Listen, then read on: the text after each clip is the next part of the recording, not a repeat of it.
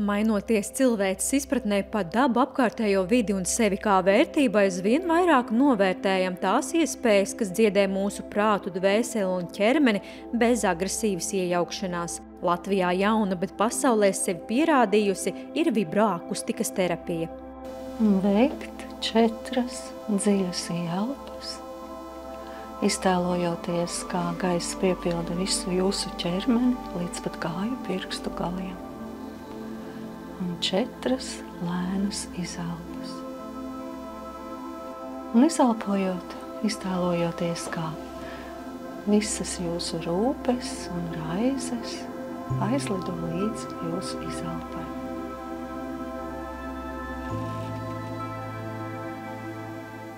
Vibroakustiskā terapija, tā ir skaņu terapija, kur tiek izmantot zemo skaņu frekvences, diapazonā no 20 līdz 120 Hz.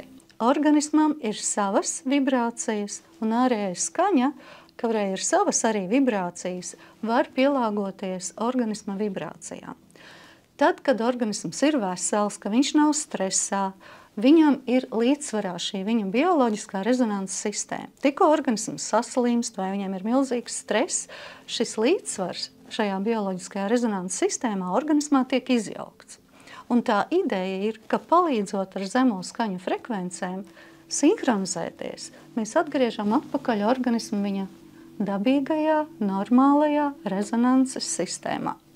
Vibroakustiskā terapija tiek piemērota cilvēkiem ar hronisku stresu, miega traucējumiem kā bezmiegs, pacientiem ar paaugstinātu muskuļu tonusu, cilvēkiem ar neiroģeneratīvām saslimšanām. Ar šo metodi pasaulē strādā psihologi, psihoterapeiti, mūzikas terapeiti, fizioterapeiti un citi medicīnas un veselības aprūpes speciālisti.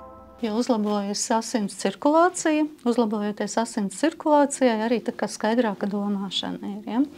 Arī, piemēram, Parkinsona pacientiem, kuriem ir trīci, vai arī pacientiem, kuriem ir muskuļu rigiditāte, arī šī metode ir klīniski pierādīta, ka veicina un uzlabo šos te stāvokli pacienta organismā. Vibroakustiskā terapija ir pieejama Latvijā tikai vienā vietā – terapijas centrā Skaņas un mūzika, kur nesen viesojās arī vadošie pasaules eksperti terapijas apmācībā un pielietojumā. This treatment situation gives you possibility to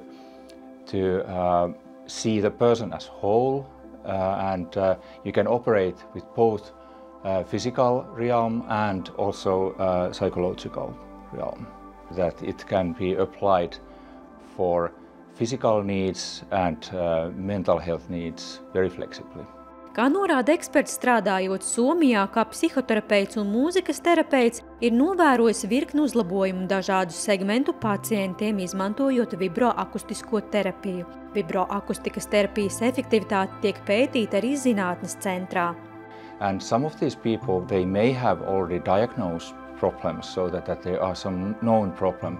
But sometimes vibroacoustic therapy can be also applied when the problem is not clear yet, and so we can get some more information about client and client's problems and potentials to benefit from the therapy.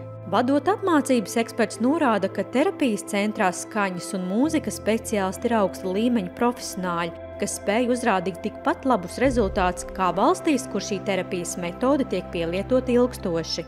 Tā nav smaga, invazīva terapija, tā ir ļoti patīkama, ja, tā ir skaņu viļņu masāža, un tā var ļoti papildināt jebkuru terapijas veidu.